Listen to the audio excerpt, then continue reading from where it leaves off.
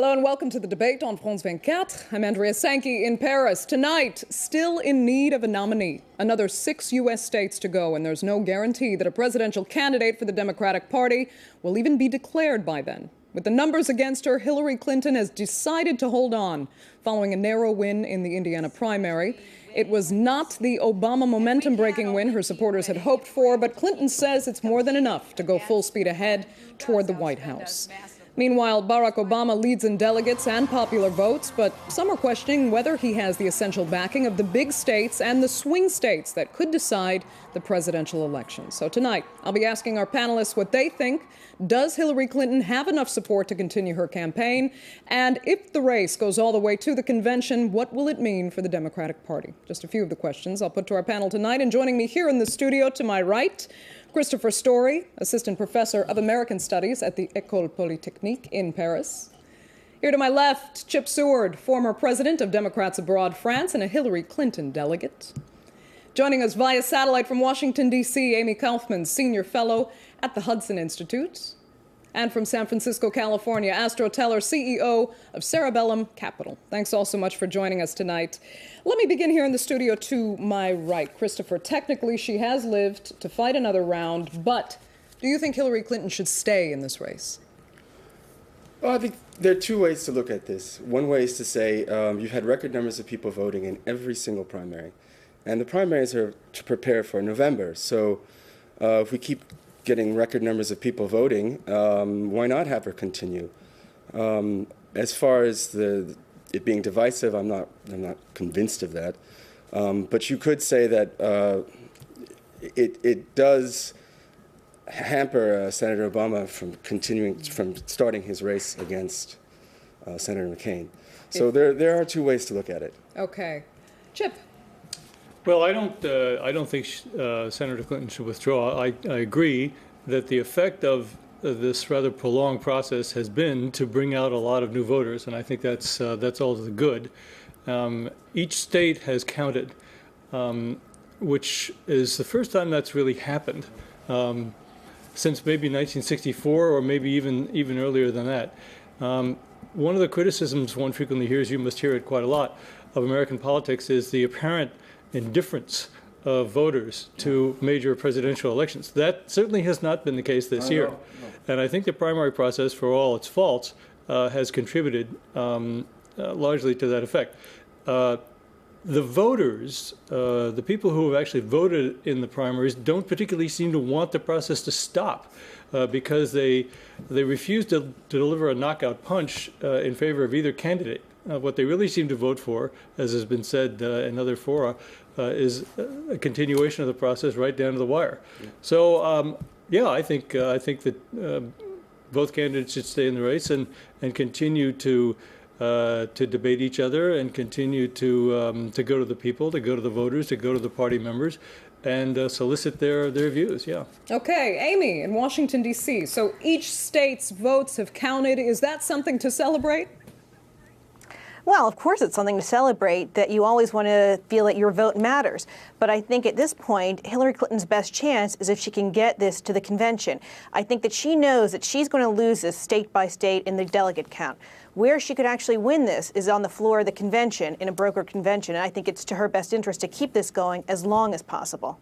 Right, because she really does need landslide victories in the last 6 states if she's going to actually come forward on or win this round. Oh, no, I think that even if she loses them, if she can get this to the convention, that means it gives her an extra 3-4 months. That means the more that people start finding out about Senator Obama works to her benefit. She has brought out so much information that has dragged his numbers down.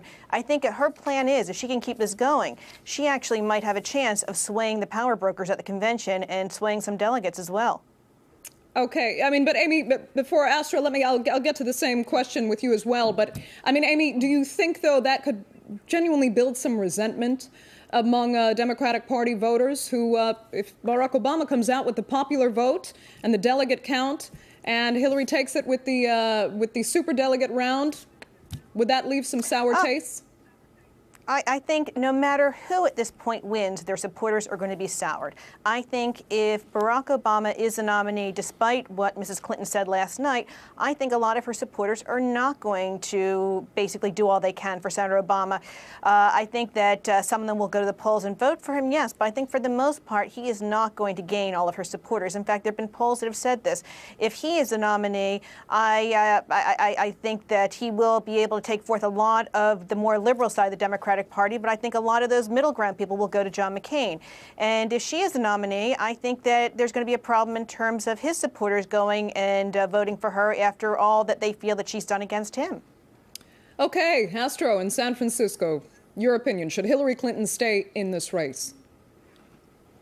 I'm going to respectfully disagree with the other panelists and say I'd like to see the Clinton campaign withdraw as gracefully as is possible at this point. And here's the reason.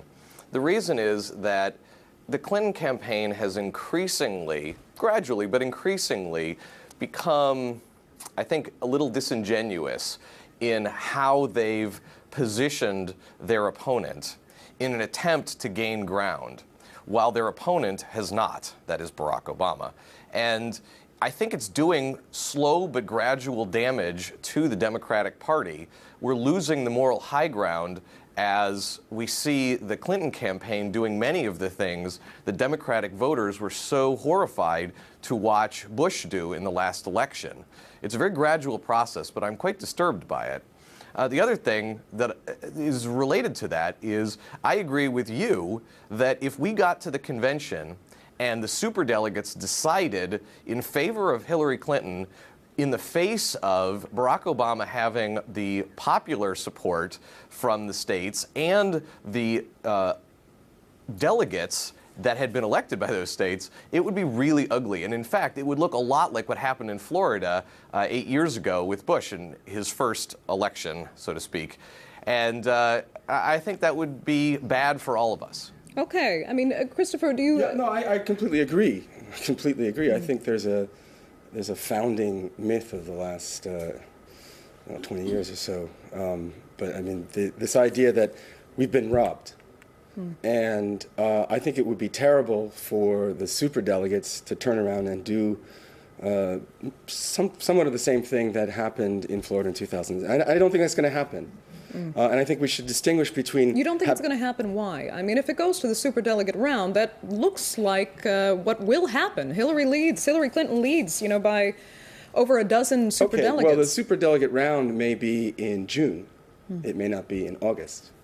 And if you look at the superdelegates, it's the party professionals, the people in the DNC, they're the ones who have been supporting Hillary. But if you look at the governors, the members of Congress, they're overwhelmingly supporting Senator Obama. And that's because they know that he is a candidate who brings people out to vote, brings new voters. He's the future of the party. And so it would be somewhat suicidal, it seems to me, for them to turn around and give Mrs. Clinton the nomination. Chip, do you have feelings on that? The potential for resentment that could be built should Hillary Clinton take the superdelegate round? And, the potential is obviously there. I think a lot will depend on how it's on how the process is managed. I think that it's quite conceivable that the process could be managed in a way which doesn't do a lot of damage. That will basically depend upon how the DNC functions, how Howard Dean functions, and how the superdelegates themselves function. I don't really think that the analogy is accurate with Florida, because in Florida you basically had an electoral process that was not allowed to go to its full completion because of a Supreme Court decision. Everybody understands what the process. Well, I won't say that because a lot of people don't. But I mean, everybody knows what the rules are as far as delegate selection is concerned, and how they're supposed to work within the Democratic Party. And if that process and if those rules are followed, then nobody can really complain about the nomination being stolen. The superdelegates, and the reason why they were created in the first place, are supposed to vote on the basis of their best judgment of who would make the best or better nominee.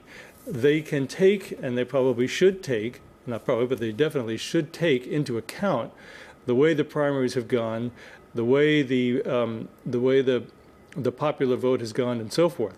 But at the end of the day, they have to make a decision based on broader concerns of the party itself and the chances of winning the general election in November. And when they move to that level, they then have to look at where the two candidates have done best. And they will quickly realize that, for example, Senator Clinton has done best in all of the states that the Democrats must carry in order to win the general election in November. In other words, the large industrial states of the Northeast plus California, with perhaps a shot at carrying Texas and Florida as well. All right. Let me ask Astro what you think about that. I mean, does it give you any comfort to hear that, we can expect the superdelegates to really vote responsibly and according to what really is best for the presidential election outcome? Go ahead. Well, I certainly agree with the assessment that they would be doing their job to vote their own perspective. My point was not that the process would actually be broken, but that people would feel very, very deeply that the process had been broken. Whether or not it actually had been is irrelevant. And I want to respond to something that just got said about Senator Clinton taking these states that need to be taken. I don't seriously believe that if the Clinton campaign withdrew and Barack Obama was the next nominee for the President of the United States, that California would elect John McCain. I just don't think that's reasonable. And when you look at what happened last night in Indiana, I mean, Hillary Clinton won by 20,000 votes in Indiana. This is not a landslide victory, and I just don't see how we actually have good evidence that if she was gone, admittedly, all of her supporters are not going to rush to Senator Obama, but I don't think that we have good evidence that somehow, because she has, in many cases, been mildly victorious. In Pennsylvania, which was hailed as one of her big victories, it was 55-45. This is significantly less than he just won in North Carolina. So I just don't see how we're being set up for a fall by having him. If you do the numbers, Pennsylvania, in terms of electoral votes, is far more important than North Carolina. And most of the states about which we're talking, and let's not forget the state in which I vote, the great state of Michigan, which is sort of like sleeping out there, waiting to waiting to explode. Have the votes count. Yeah. Those states are, if you looked at their electoral composition, New York State is very similar. They have a core Democratic constituency in one part of the state. In Michigan, it happens to be the Southeast. In New York, of course, it's the downstate voters. But the rest of the state is very conservative. Upstate New York, Western Michigan, Northern Michigan are all very conservative areas, and those states are quite unpredictable. Michigan has elected lots of Republican governors, none of whom I thought was particularly competent, but they've elected them anyway. Just as they have occasionally elected, and the key state, which in many respects are two or three key states which will determine the outcome. Ohio was one, which we lost, both in 2000 and 2004, maybe by trickery, but we still lost them, and Missouri. You know what, we're down to just our last few minutes for this half of the program, so there was just one question I wanted to get to before we close. Christopher, you talked a little bit about the fact that it's okay if Hillary Clinton continues in the campaign because you don't feel it would exactly prove divisive. My question following off that is, can she actually continue in the campaign knowing that her finances are nearing bankruptcy? And let me ask Amy actually about this. Will she have the means, the financial means, to continue for the coming months? Well, that remains to be seen. As we all found out this morning, she lent her campaign an additional $6 million in the last month or so. So she has actually lent close to $12 million to the campaign personally. Whether she can raise this from her supporters is another question. Barack Obama has proved that he can constantly bring in new money, perhaps in small denominations, but still he's constantly bringing this in through his fundraising and through the internet. She has not shown that she has the same resources to go back to constantly and to tap. So that will be a problem for her if she wants to continue going for the next few months. I think that's one more reason why the superdelegates look at the Obama campaign and see it's been extraordinarily successful, and the Clinton campaign has been rather disappointing. Well, except that, again, I think you have to look at what's going to happen. The general election is going to be a completely new ballgame when it gets underway after Labor Day. The fundraising mechanism will be starting all over again. And the real question is, and I mean, what Senator Obama has done is quite admirable, and nobody, certainly none of us among the Clinton supporters, will gainsay his contribution. And I think it's absolutely critical, and I think it has contributed mightily to the vitality of our party. Everybody's watching what's going on in our party, and nobody else is watching what's going on the other side. I'm unfortunately going to have to interrupt you at this point, because now we really do need to take a 12-minute break now for news and weather. But we will continue this discussion, pick up on that point after that time. So do stay with us.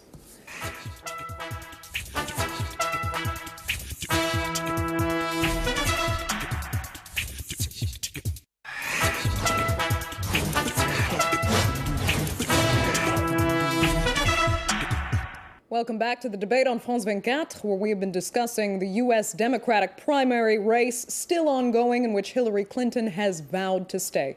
And joining me again in the studio here to continue the discussion, to my right, Christopher Story, Assistant Professor of American Studies at the École Polytechnique in Paris. Here to my left, Chip Seward, former president of Democrats Abroad in France and a Hillary Clinton delegate.